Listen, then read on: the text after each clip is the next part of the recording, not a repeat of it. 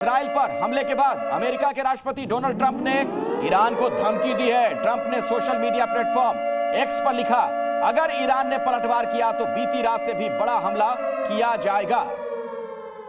तो ट्रंप का सीधे तौर पर ईरान को चेतावनी दी है ट्रंप ने, और उन्होंने सीधे कहा कि बीती रात से भी बड़ा हमला हो सकता है।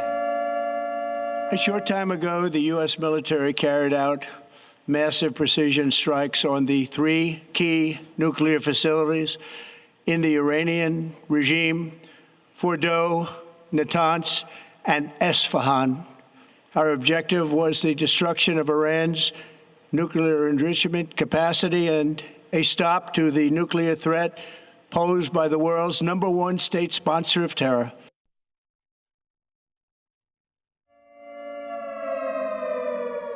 तो अमेरिका के राष्ट्रपति को आपने सुना किस तरीके से वो धमकी दे रहे थे, ईरान को वो चेता रहे थे। लेकिन राठौर साहब, सवाल तो मेरा ये है कि ट्रंप की चेतावनी का असर हो भी रहा है क्या? क्योंकि ईरान तो थोड़ा और ज्यादा ऐसा लग रहा है कि मानो एग्रेसिव हो गया है, इस वार के बाद वो पलटवार करता दिख रहा है। देखिए, ईरान का प्रतिक्रिया आनी जरूरी है और आई, लेकिन ईरान क्या अमेरिकन इंटरेस्ट और अमेरिकन फोर्सेस पे अटैक करेगा? अगर वो अटैक करेगा तो इसका एस्केलेशन शुरू होगा।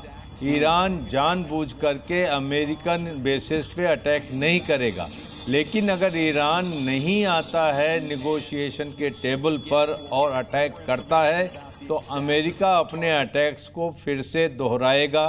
तो यहाँ पर ईरानी गवर्नमेंट को एक डिसीजन लेना पड़ेगा कि वो कितनी बर्बादी अपने देश की चाहते हैं, कितनी बर्बादी वो विदस्टैंड कर सकते हैं, क्योंकि यहाँ से लड़ाई एक ऐसा मोड़ लेने वाली है कि जिसमें आप पाएंगे कि अमेरिका पूरी तरीके से एक्टिवली इन्वॉल्व हो जाएगा।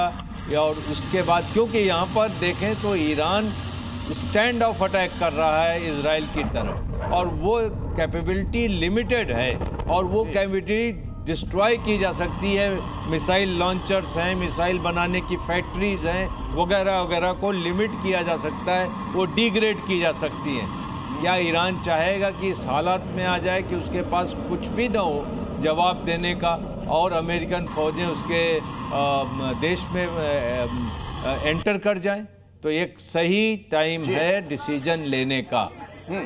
मयंक जी, ये देखिए, सर्वविदित सत्य है, अकाट्य सत्य है, आज की तारीख में अमेरिका दुनिया का सबसे ताकतवर मुल्क है, आर्थिक तौर पर भी, सामरिक तौर पर भी। इसके बावजूद अगर ईरान इस तरीके से रिटेलिएट कर रहा है, ये ताकत कहां से फिर उसे मिल रही है?